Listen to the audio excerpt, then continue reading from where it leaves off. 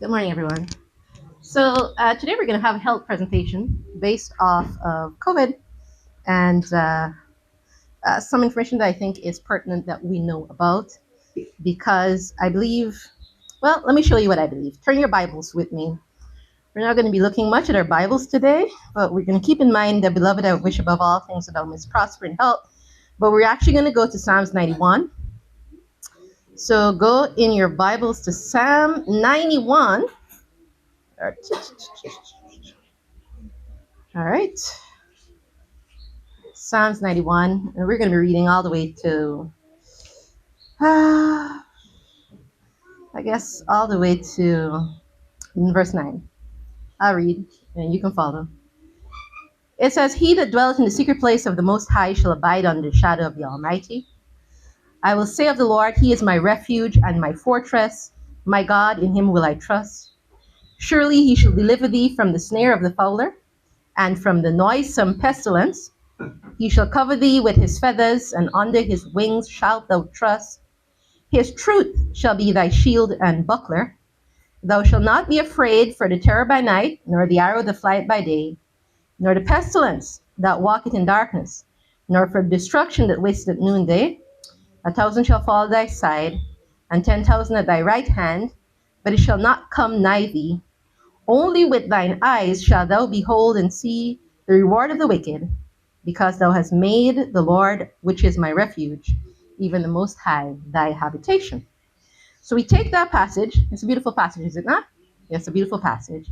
And then we turn to the Spirit Prophecy in book 7 Bible commentaries, page 938, and we read, We ask to be kept from the pestilence that walketh in darkness.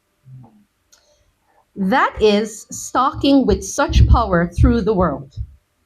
We are then to cooperate with God, observing the laws of health and life.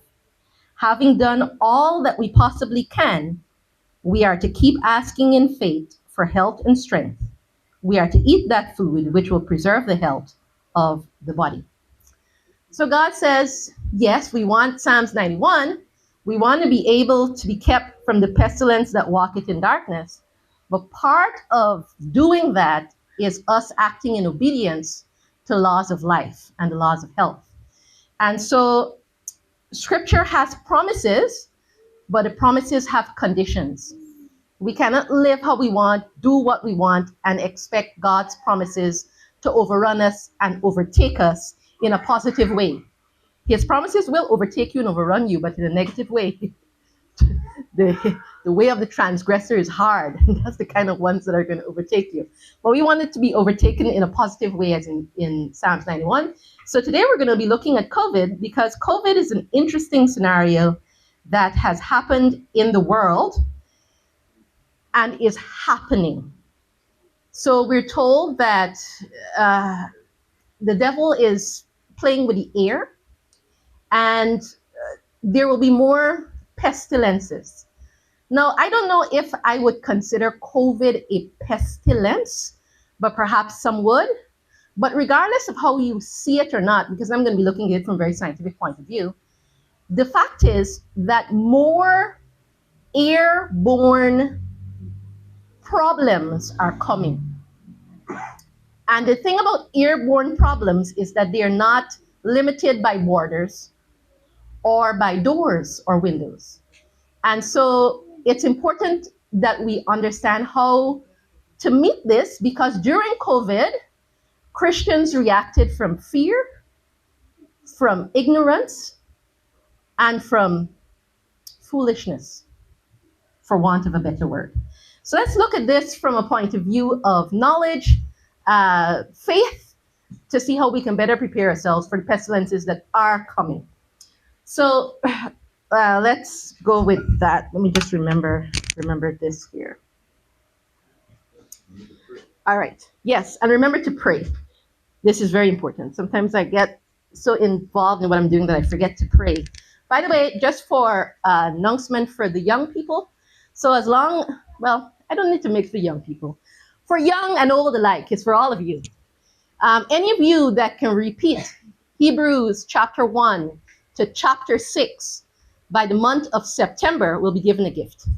So I'm memorizing the book of Hebrews. I'm doing the whole book.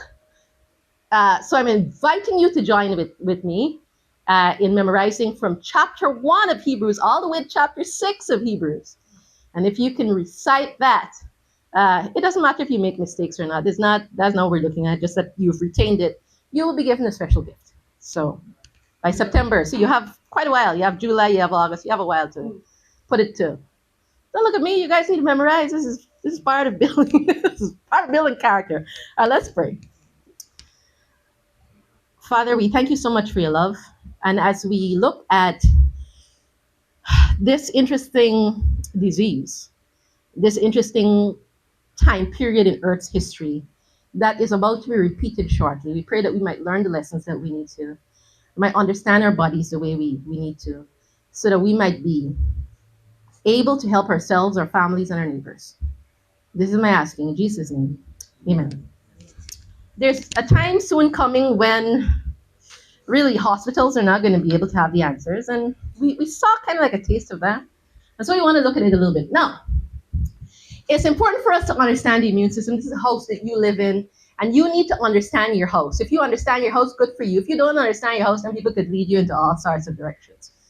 Now, from small, you learn certain things about the immune system, and this is just a nice way of doing it. So we have some first responders, like the neutrophils and the macrophages. They're up here. Then we have a cleanup crew. We have trainers and educators. We have cytokines up there. We have a mayor who's a neutrophil. In the middle here, that is covered by this little thingy here, is the message center, which the cytokines are looking after. We have the police and security, which is the regularity T cells. And then we have the army. And the army, they're like, you know, if there's a problem in Guyana, they'll send out the police, but the army doesn't come until things get really bad. Well, the army just disappeared. So it's back. Oh, good. It's like a disappear and come back. All right, we can deal with that. So we have cytotoxic T cells and we have B cells. And these guys, they look after the library and they're memory cells. Now, when something comes into you, let's make something come into you. So we have measles.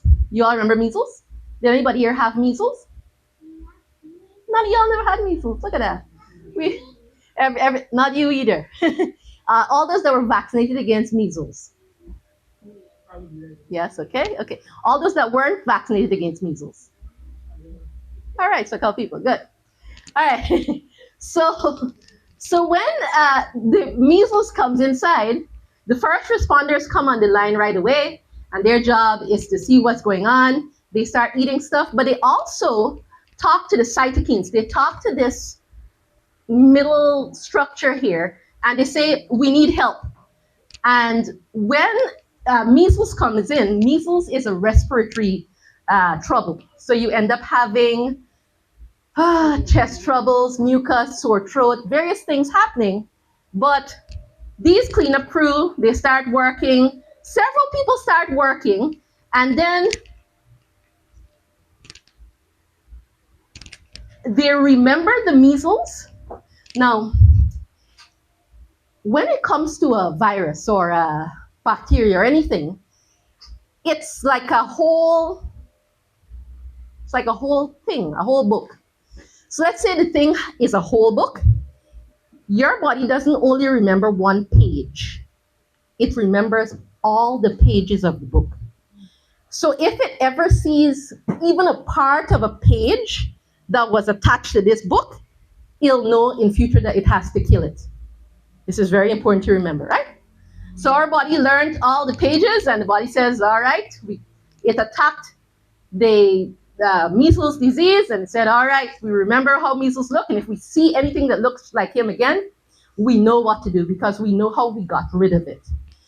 How long or how fast this takes depends on how well the person has been looking after their immune system. So some people, they'll get infected with something and they'll get over it very, very quickly. Some people, they'll get infected with something and they'll get over it very, very slowly. People that are older, just naturally, the older you get is the closer you are to death. This is just life.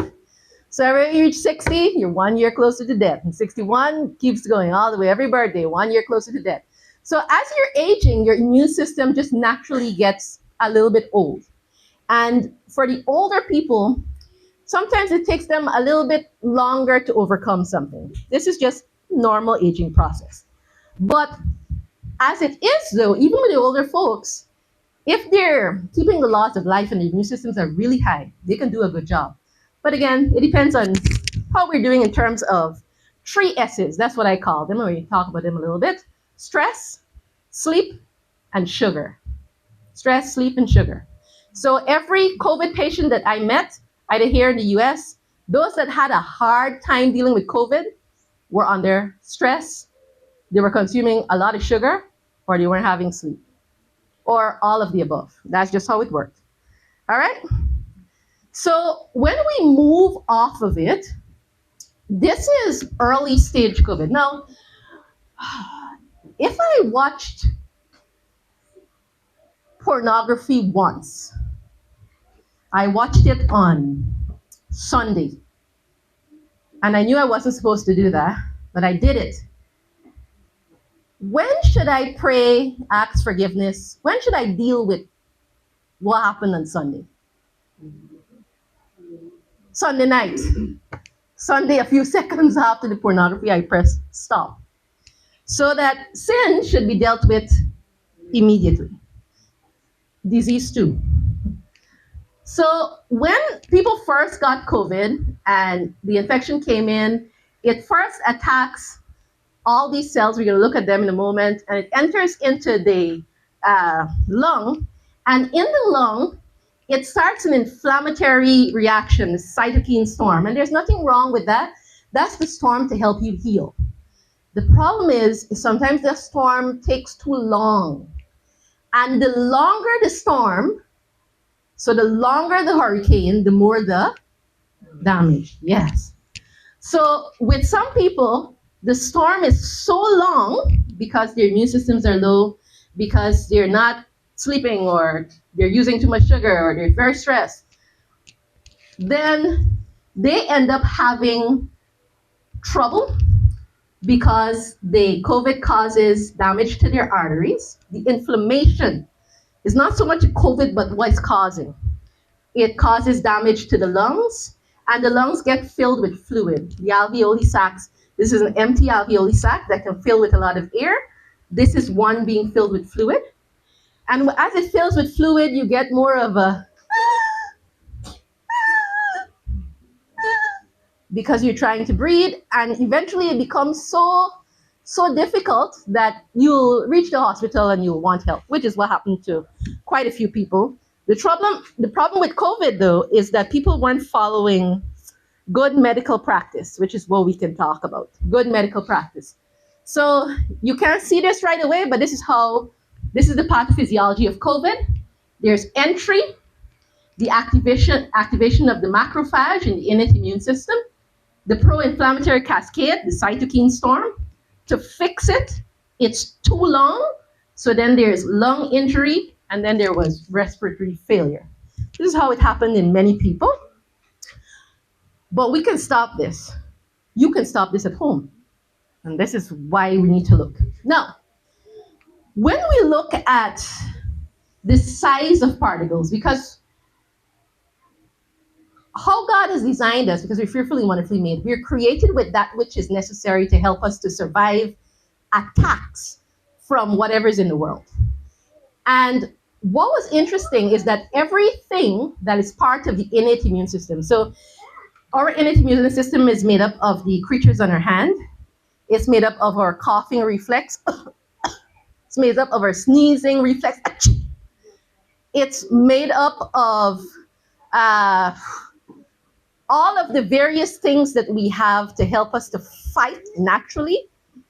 What the medical community did, which was to me at that time just crazy, is that it created protocols to attack each one. And so we want to make sure that we see what they did. But the first thing we're going to do we're going to base it on how particle size. So if you look at very fine beach sand, which is 90 micrometers, then we have a grain of salt, white blood cell comes down, you can't really see some of them, red blood cells, respiratory droplets, because when you cough or you sneeze, there are virus particles that are by themselves, but it also comes with liquid. It's surrounded by liquid, right? Then dust particles. Dust particles are everywhere and all over the place. Bacterium, very small particle. Wildfire smoke. And then we have coronavirus. Coronavirus is smaller than a particle of wildfire smoke. So I told people very simply, because this was very simple to me, if you could smell smoke, then you weren't protected if there were coronaviruses around. And that makes a lot of sense because smoke can usually go anywhere.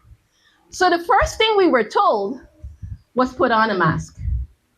And there were several masks around. Any of you still have masks at home? Yes, me too. My mother told me I had a whole box.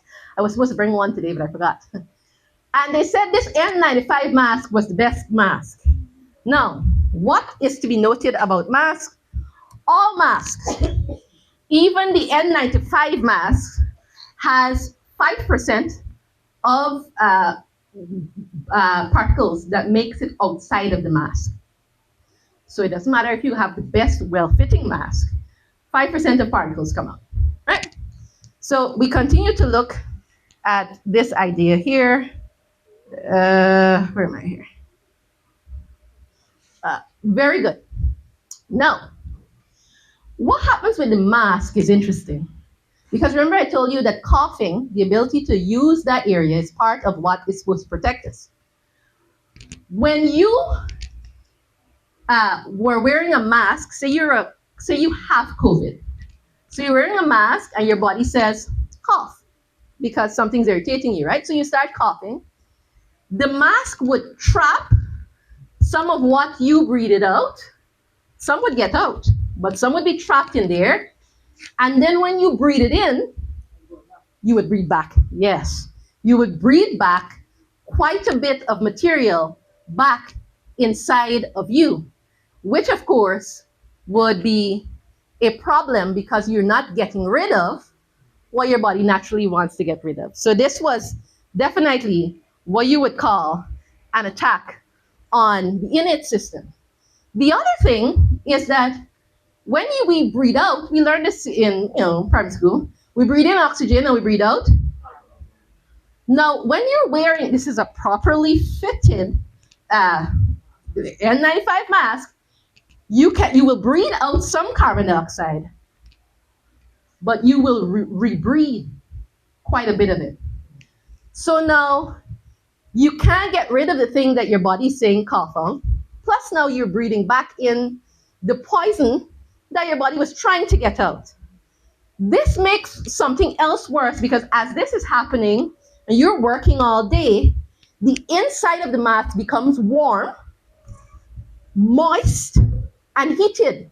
Now, what grows well in a warm, moist, heated environment?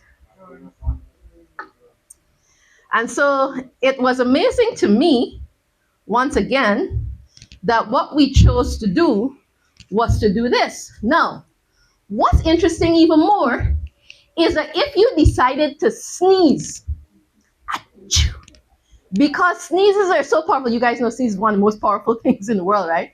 Sneeze is so powerful that it actually blows the mask a little bit off the face so that more COVID particles and other particles come out through the sides of the mask. So we're looking at, again, whether or not these methods were such great methods, and I'm only looking at the mask at this point. So what happened when you sneeze? An excellent fit, but this is not true because 5% comes out in an excellent fit. So when you sneezed, the amount escaping was actually quite large, like 50% of whatever was in you. Who knows who was sneezing behind you in the supermarket? 6 feet apart. We're going to talk about that too in a moment. And so what was troubling We had overweight people, and by the way, the majority of everyone that died during COVID were people that had underlying conditions.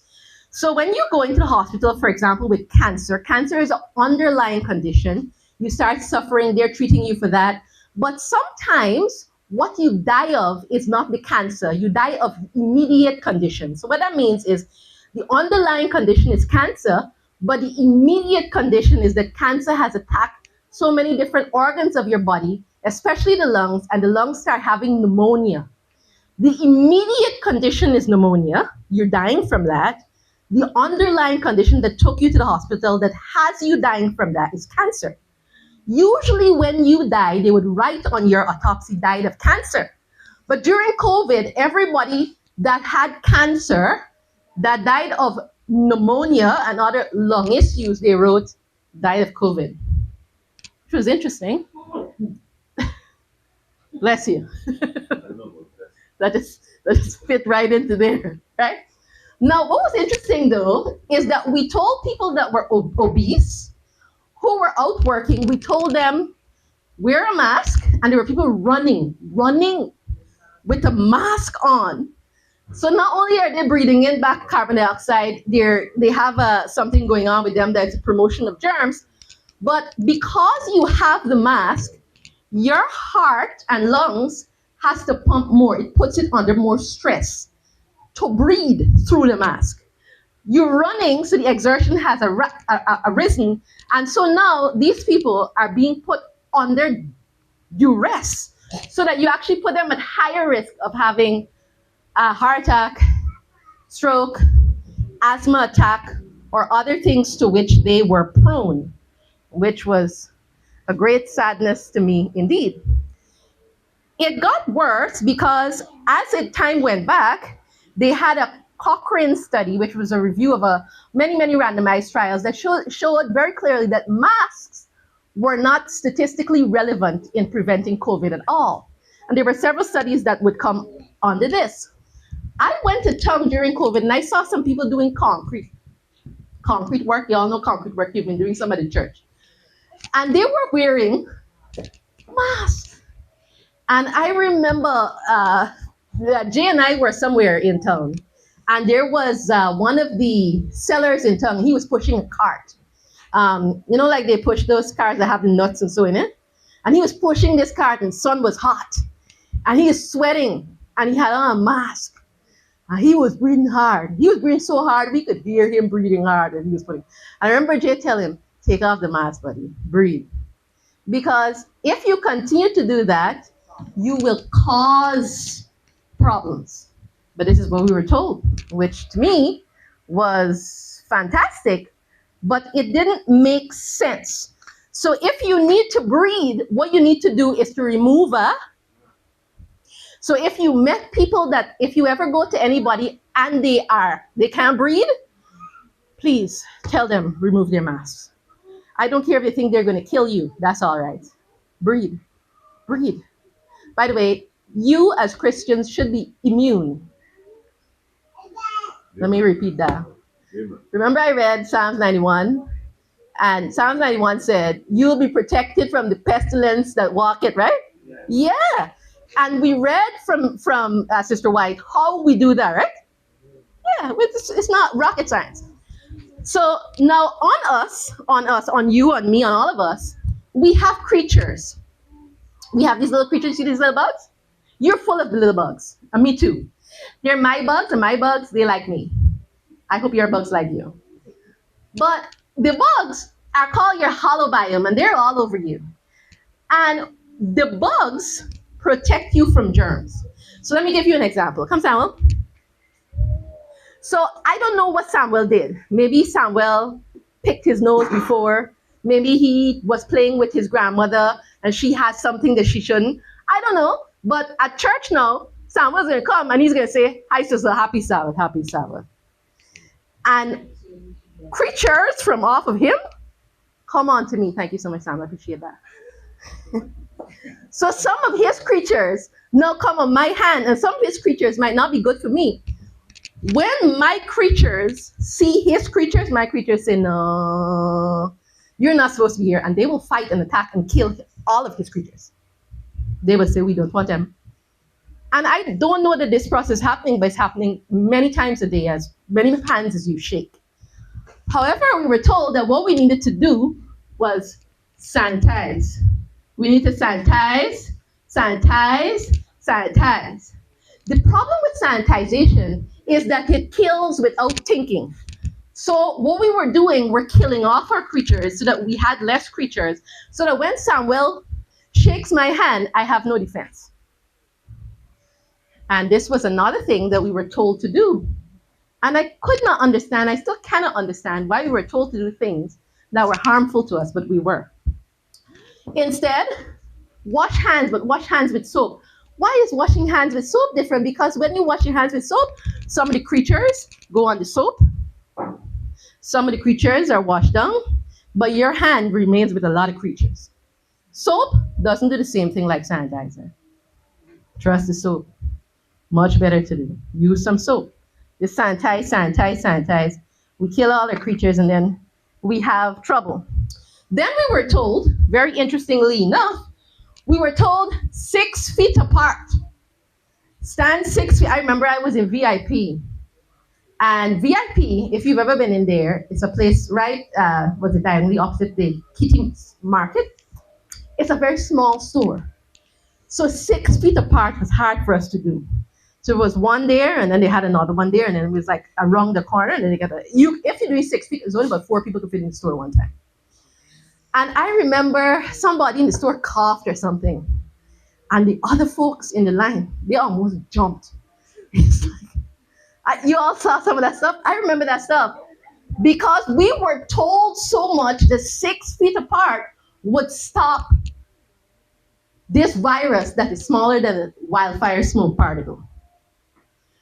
Remember I told you that even in a well-fitted N95 mask, at least 5% is out. So if it was me in VIP with 3 other people, that's at least 15% is out in the little store. But it's more than this, because what the CDC said was that the virus can stay. So when the virus comes out, so say 4 people went in the store before me, and 15%, well, 20% of virus particles got in the air. The virus particles don't disappear. They stay there, they settle on stuff, they'll move with the wind. They might go on some of the broccoli, somebody opened the fridge. They might land on some of the, cashew nuts. And then that might have gone on all morning. And then I walked in the store and, I'm in there with 3 people and 15%. So by the time I enter the store, about 100% of viral particles are in there. So this idea was really based on nonsense. And I just want to read to you, because the Journal of Clinical Infectious Diseases underscored in their news article that the particles remained airborne. The particles can be carried by air currents. And then the British Medical Journal said that there was no evidence that 6 feet apart was protecting anybody from anything. Well, this kind of thing though continued, because not only were we told that, we were told a very interesting, fascinating thing, that stay indoors. Now, let me just say that one of the greatest minds we were talking about, who was brilliant, Dr. Kellogg, was brilliant. He was wise when he was with the Lord, and then he was brilliant even without the Lord. He was brilliant. How they would handle people with lung disease was that at their sanitarium, they would create what they called tent villages outside of the sanitarium. In other words, he would put people with lung trouble to live outside of the sanitarium in a tent, because he recognized that what they needed more than anything is to be outside, breathing clean air with the sun shining on them. And he would literally put sick people that can't move properly to stay outside. And the tents would be open on all sides, even in the cold air. It was fascinating. But he had very, very good results. In the Philippines, one nurse was telling me that it was always their method to take their patients out outside of the hospital and carry them for walks so that they had fresh air and sunshine. My mom working at Mercy Hospital, that's what they did. Dr. Gomes would have them take patients that were very bad out on the veranda, fresh air and sunlight. But somehow we decided, no, if you can't breathe, you can stay inside and breathe in whatever the air is out there, except in Hong Kong and New York, people in high rises and apartments, they were up top and 10 doors down, 10 floors down was somebody with COVID who was just coughing in their room. And 10 floors up, people were getting COVID inside of the building locked away. How was that happening? The COVID virus moves, and it moves through all of the ventilators. So the virus was in all of the chutes, connecting all the buildings. So when they locked everybody in, they're actually spreading COVID. But this is what we were told to do, and people follow these things very, very well. Some people were, if you didn't follow what they said, in fact, some people would report you because you were being disobedient, and you were putting us and our loved ones at risk. I couldn't believe it, but this is what we were told. Now, in other countries of the world, there were people that were doing the right thing. In the States, in California, Dr. Fareed, and I'm going to get the other one's name in a moment, they were having 92% success rates dealing with COVID patients that had underlying issues, because they were addressing the problem right away and they were just doing good medicine. Most people were not. Now, I went in to Woodlands Hospital during COVID, and there was a woman brought in who was having a hard time breathing. She was having such a hard time breathing. And they had her in a gurney, and she had a mask. And the woman did this and pulled the mask off of her face. And the nurse put the mask right back on her face like that and said, "Ma'am, you have to keep it on. You have to keep it on." And I said, having the mercy. She couldn't breathe. She was lying on her back. Whenever you have a lung problem, now the things you're learning here are not just for COVID, they're for the flu and cold and pneumonia, for babies, it doesn't matter. You do not put people to lie down on their back in the supine position. You put them in the prone position. They should be lying on their stomach. Why? When you lie down on your back, your mattress, the floor, wherever you're lying down, pushes on the lung. It pushes on the lung so that it reduces the lung capacity. So if you can't breathe properly, you can't breathe properly more if you lie on your back. So those in India were making sure that all patients coming in with COVID were placed on their stomachs. Other people, like in Guyana, we were keeping them on their back and keeping them masked because we were just not doing good practice. Now, what's the date up there? July 6, 2026. Now, people believe that this travesty is over, but I repeat to you, the pestilence will get worse and worse, and that which was learned and accepted from COVID will become the norm.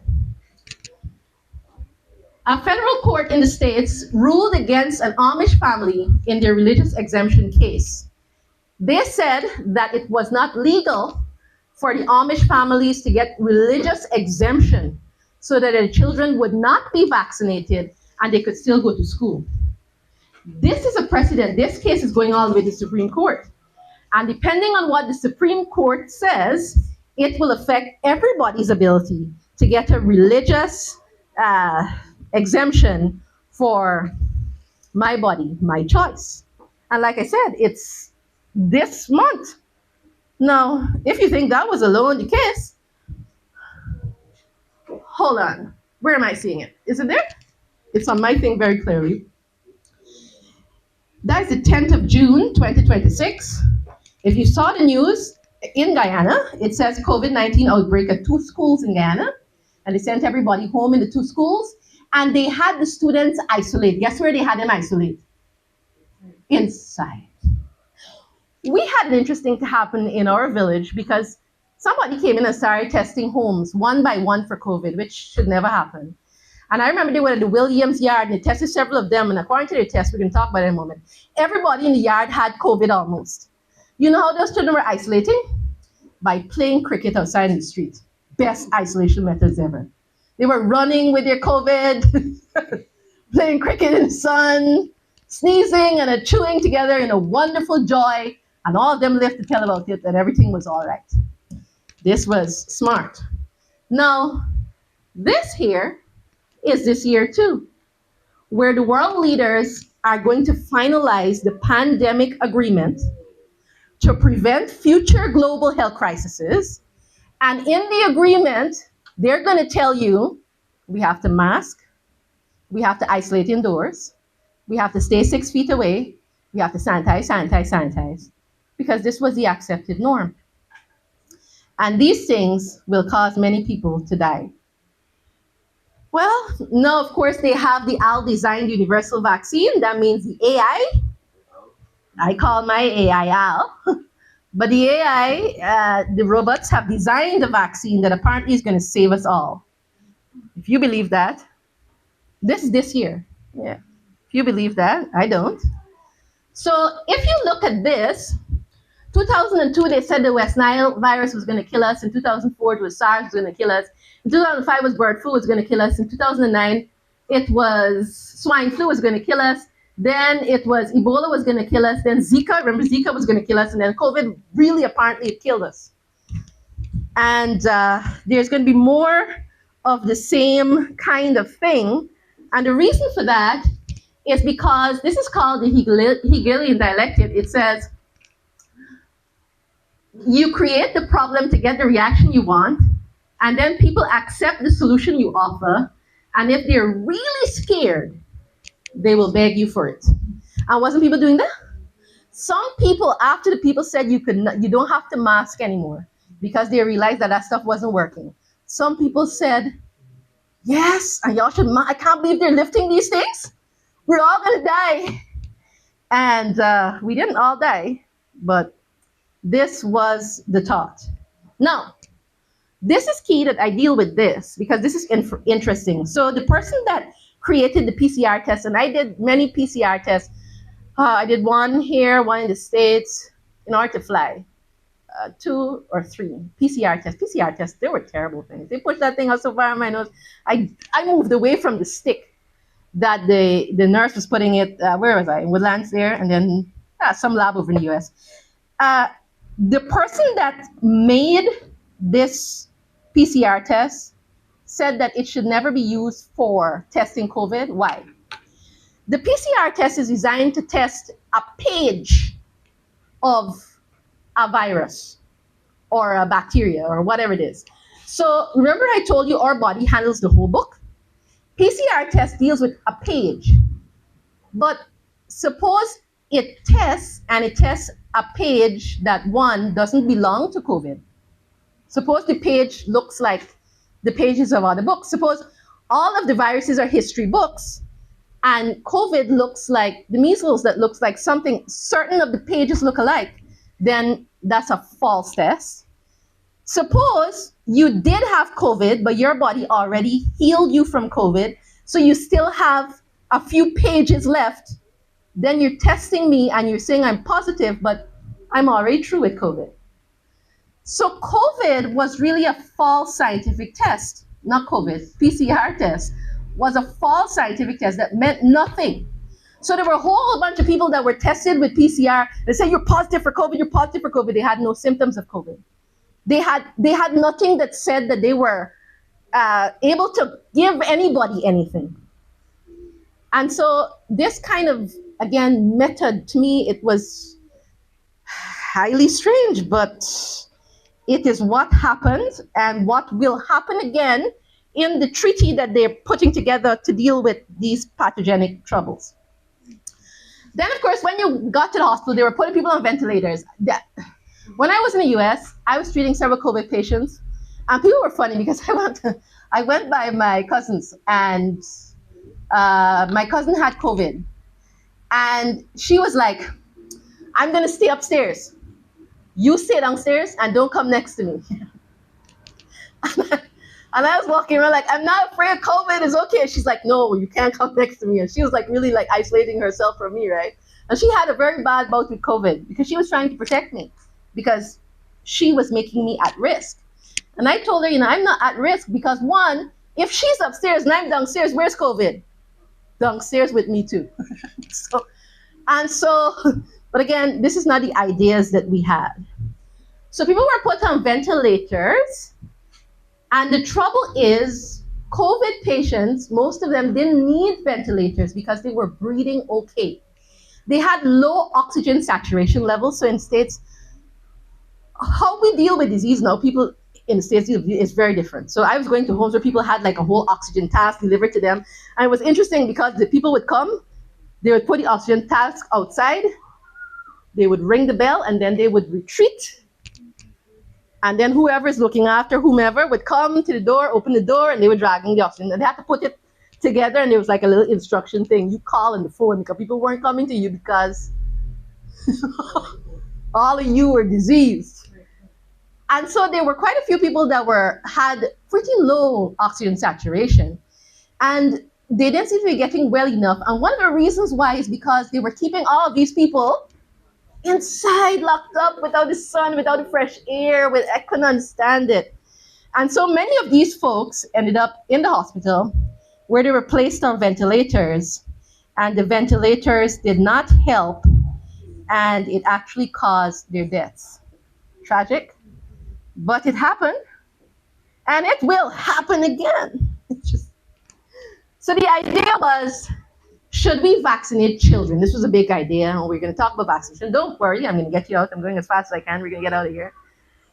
And Israel was interesting because Israel was one of the first countries that dropped their green pass, and Israel was the first country that had some of the highest vaccination rates in the world. We're going to look at what happened to them in a moment here.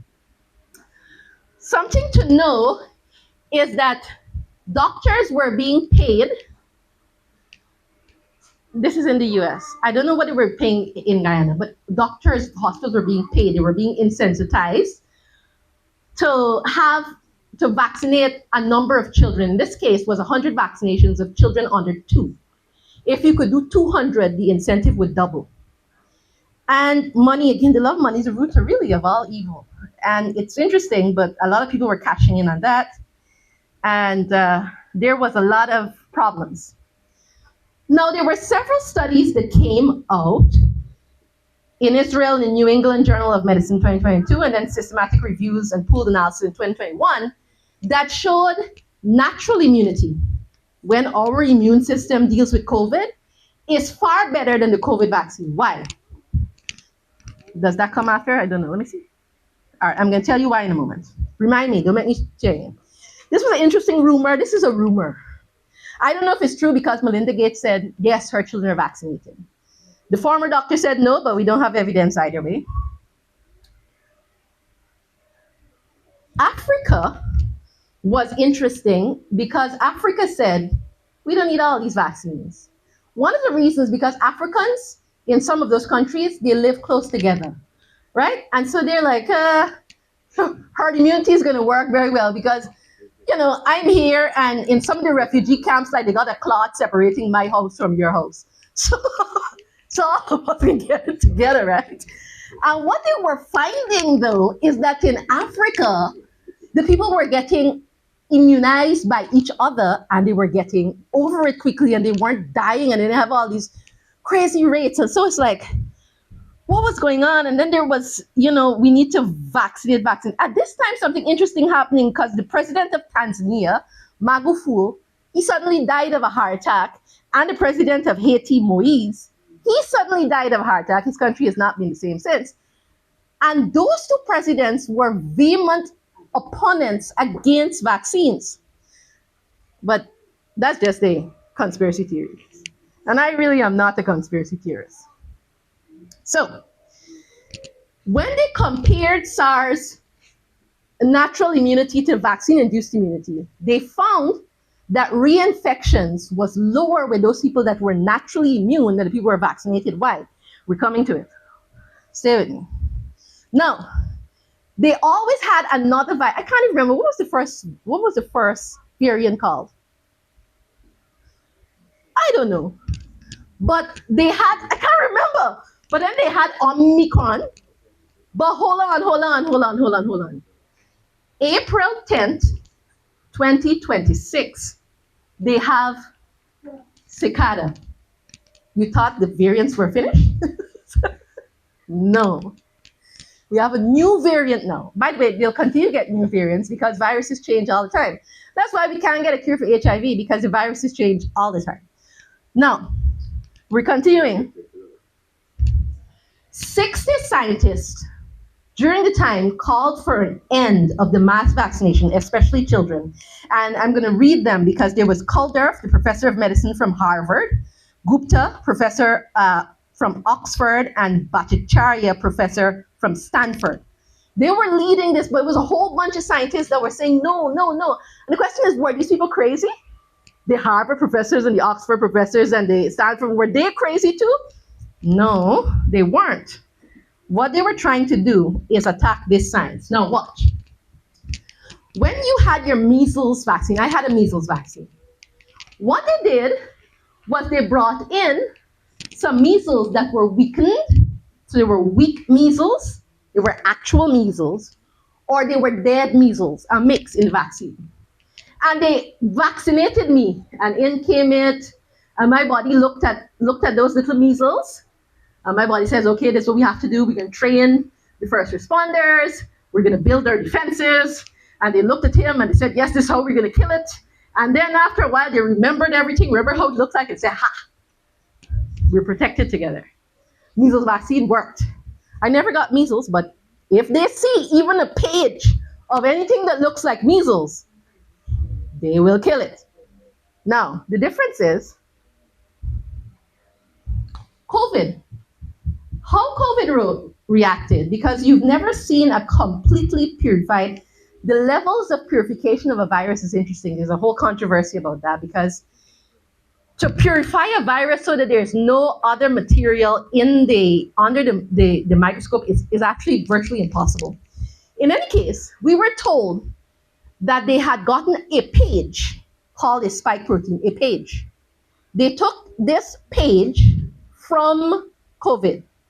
They call it a spike protein. It was just a page. It wasn't a book. They took that page, they put the page in a vaccine.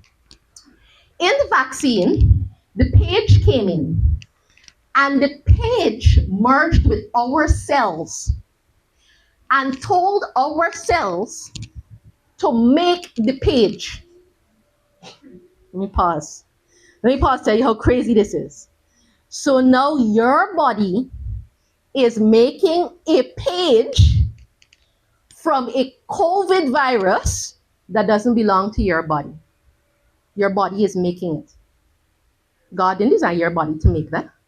You all don't make those things, but this is what the vaccine did. So now you're making the page, which is a whole nother trouble, because when your body sees the page, it's like, that's not our body, that doesn't look like us. And it'll attack that page, but there's another scenario. And then our body saw the pages. It says, okay, we got to learn how to deal with these pages. It learned how to deal with it. It taught each other the pages, and it said, aha, we're protected. We know if we see that page again, we will get it. But Omicron is a new page. Your body didn't learn about that page. Cicada is a new page. Your body didn't learn about that page.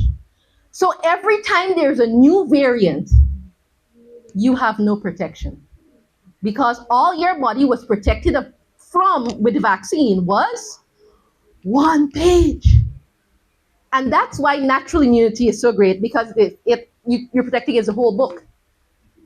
But it's worse than that, because now within you, they said it'll only happen at the, do you need something? What do you need? All right, she's getting it. Now, what they said, which was it, this was even interesting, they said, this will only happen at the vaccine site. So in other words, we will vaccinate you here in your hand. Lo and behold, we will put this page, and only in the hand will this page be manufactured.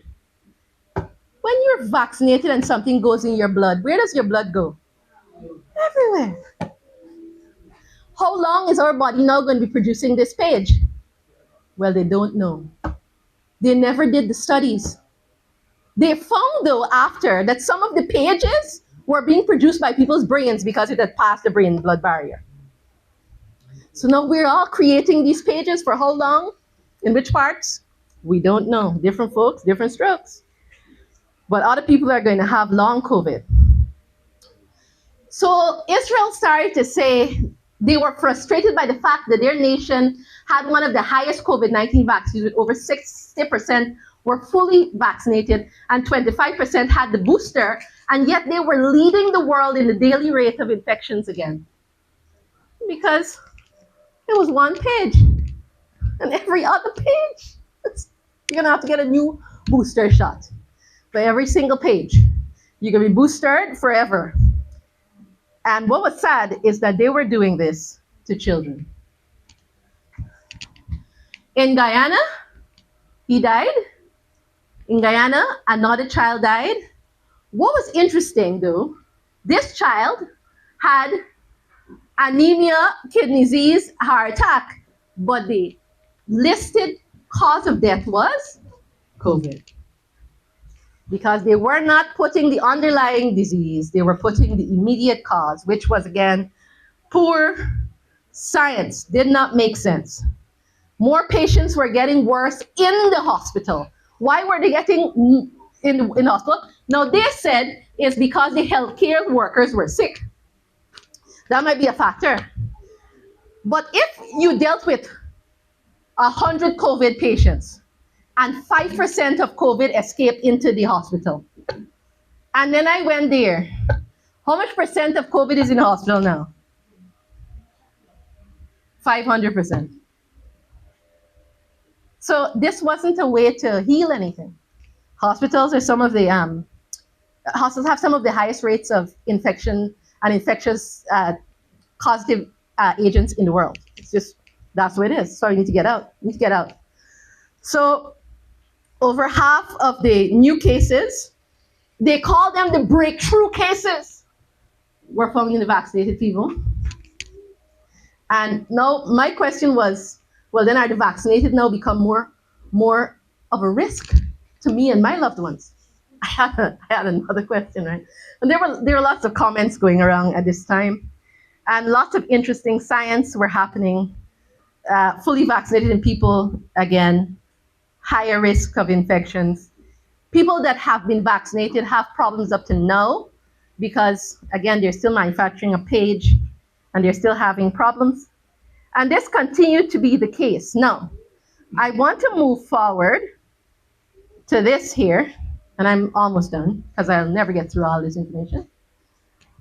How deadly was COVID? I can't read down there, so I'm going to read it here. So, first of all, every single cold season, you know, Guyana always has cold season every time it rains. Every rainy season is cold season for Guyana. There's about 30 to 70% of different coronaviruses.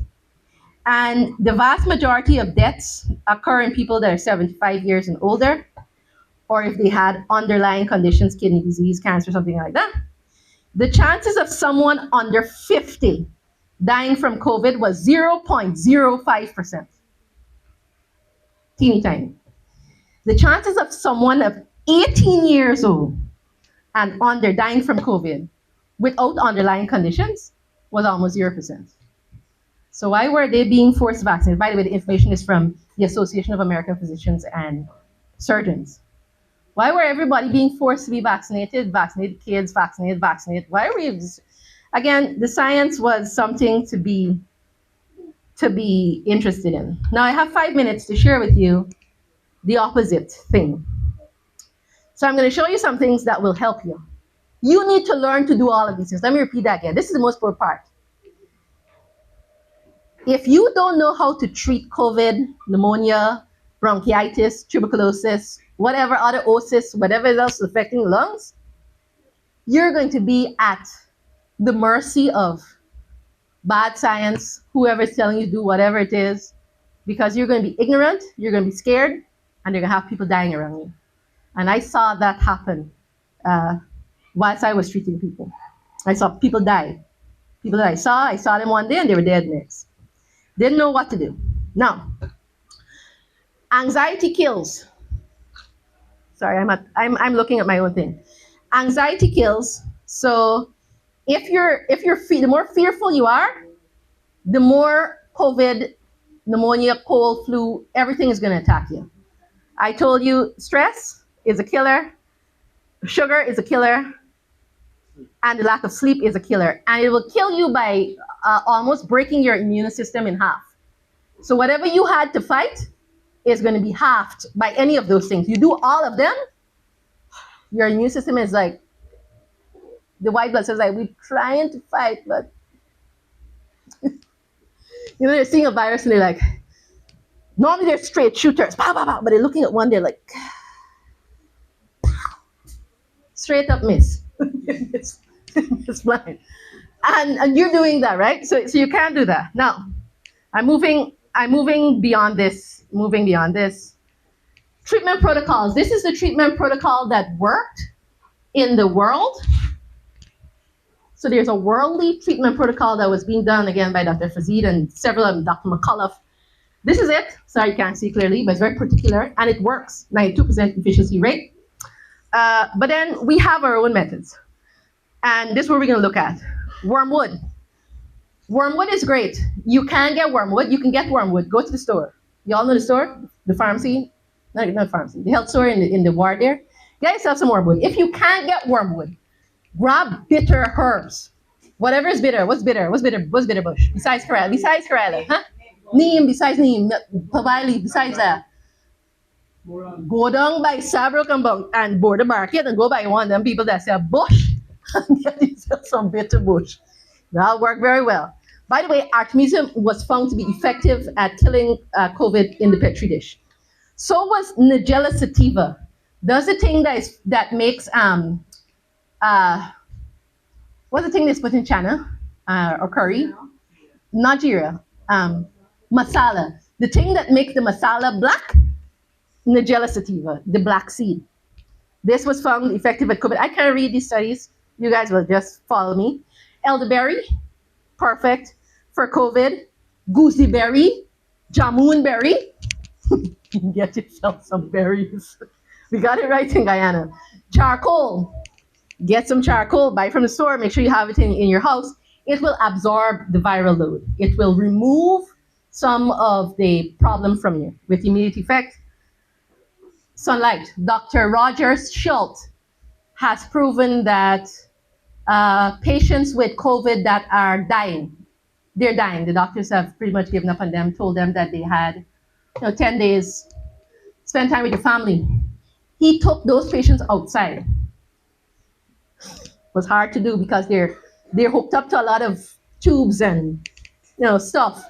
He took the patients outside in the sun for 15, 20 minutes, and those patients recovered. And the reason for that is infrared and the mitochondria, but I don't have time to talk about that. Vitamin D. All right. This is the truth. Go back. This is the truth. And there are times when your throat will become sore and you're going to have like pustules build up sometimes that are actually very clear if you look at it in there. What you need to do is to know how to deal with that. And this is how you deal with that. You get a sore throat, you feel like you get sick, something going wrong, stop eating. Best method. Stop eating. Stop eating. You will not die. You will live. Stop eating for a day. You will stop a cold. I've done that many times in my own self. Works like a charm. Ice. You can ice a sore throat down. Cold compress, which is what she has on. You put on you get a cloth, dip it in cold water, wrap it around your neck, and then put a dry cloth that can keep in the thing around that completely, sealing it in. It heats up during the night. You can sleep with it. Keep it on in the day, doesn't matter. That's helpful. Alamax, that's something that's very expensive on Amazon, but it works like a charm. It's a garlic extract. Soup is good. Not fish soup, not chicken soup, just edo, cassava, sweet potato, callaloo. Soup is good because minerals don't get destroyed by heating, so it's good for you. Charcoal, zinc or colloidal sprays, a throat lozenge, salt water gargle. Everybody has access to that. Very easy to do. Sinuses. This is called a head cold.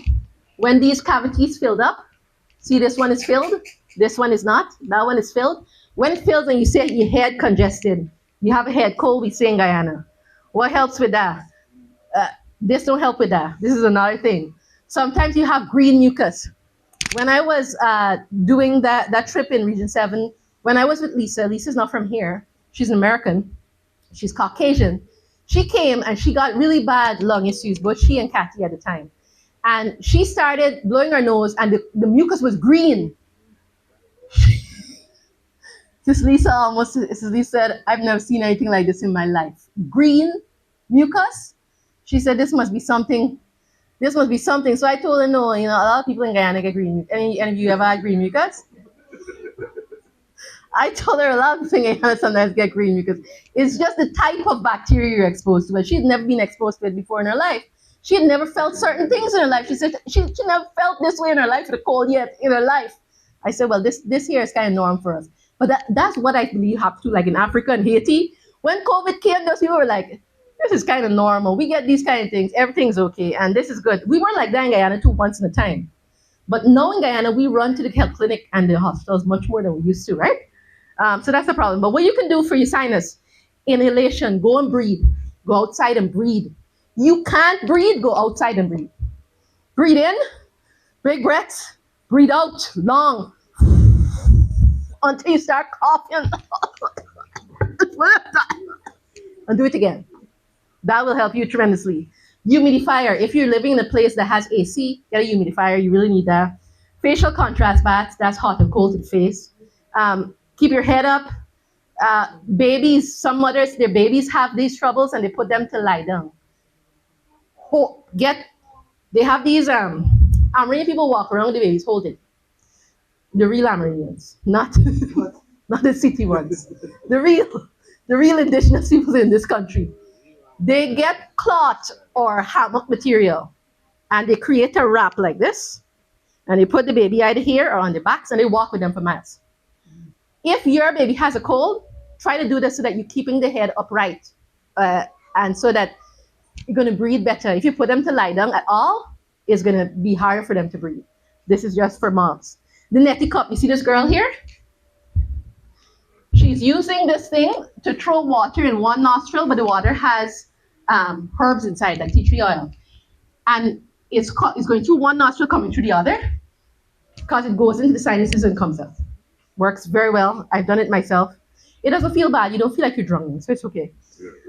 Hot for that, sea air. Go, if you could get to the sea, go swimming. You have lung trouble, go swimming. Your nose will automatically start running. You'll clear your things. If you get into the sea water, it's even better. It's even better. Eustachian tube. This is the one that's connected here and here and here, and you know when something's coming up, and my brothers will start doing this kind of thing. What works well with this? Onion poultice over the ear. Where's the little baby? Yes. So the baby has an onion poultice over the ear. You can do that for children. You can do that for adults. You cut that onion. You can put it in the oven. You can put it in a steam pan for 5 minutes so that it softens a little bit. Put it on the ear and wrap it around and keep it in place. Works very well. Saline water with a bulb syringe. Clean the ear. Clean the ear. Have somebody do it for you. More than easy to be done. In terms of the lungs, treatment of the lungs, because I need to finish here. Treatment of the lungs. Steam inhalation. This works very, very well. You get your pot, make sure the water is nice and hot and bubbling, and you take it off, put it on a table or something, throw in some herbs, or just go and pick the herbs outside the garden, throw in some thyme, some fine leaf thyme, some Suriname thyme, some whatever else that in the garden, neem bush, just throw them into the thing. Get a towel, put it over your thing, put your face over it, bring the towel down so that it's covering the whole pot. Keep your face away from the steam, so you don't want to be burning, but you want to be hot. That's going to open all that up for you. Deep breathing on your poultice, keep poultice. You see this incline? Works very good to get stuff out of the lung, or if you got little children, just hold them upside down. Yes, hold them upside down. The lungs will drain that way. And they'll start to cough and then turn them back outside, and you'll see they start bringing up stuff. Fomentations, posterior drainage. I have one more slide just to show you what that looks like. Learn how to do these things. fomentations to the back of the lungs, to the front here. This person is in a full fomentation on this area at the back and front. This is one of the best things for helping when you have this kind of trouble, but you have to know how to do it. And we will need to have some classes at some point in time, but at least practice. It's easy. Everybody can do these things, right? So if you know how to do this and you do them well, then you don't have to be afraid of COVID, whatever the next one is going to be called. I don't know, but it's coming. You can be like Psalms 91. You're not afraid by any pestilence that walk in darkness. You're good, you're safe, you have immunity. And God will bless. And He needs us to be able to do that, because if we're sick, who gets to help the unbeliever that is sick as well? If I'm sick and I'm trying to help my neighbor that is sick, that's an unbeliever, then both of us can be at the hospital together dying. Let's not do that. Let's instead be able to keep ourselves well so that we can help the sick. All right, if there are any questions after, you guys can find me if there was anything that was clear. I know I had to go really fast because it's just too much information to cover. But nevertheless, be blessed. Who do I give this to?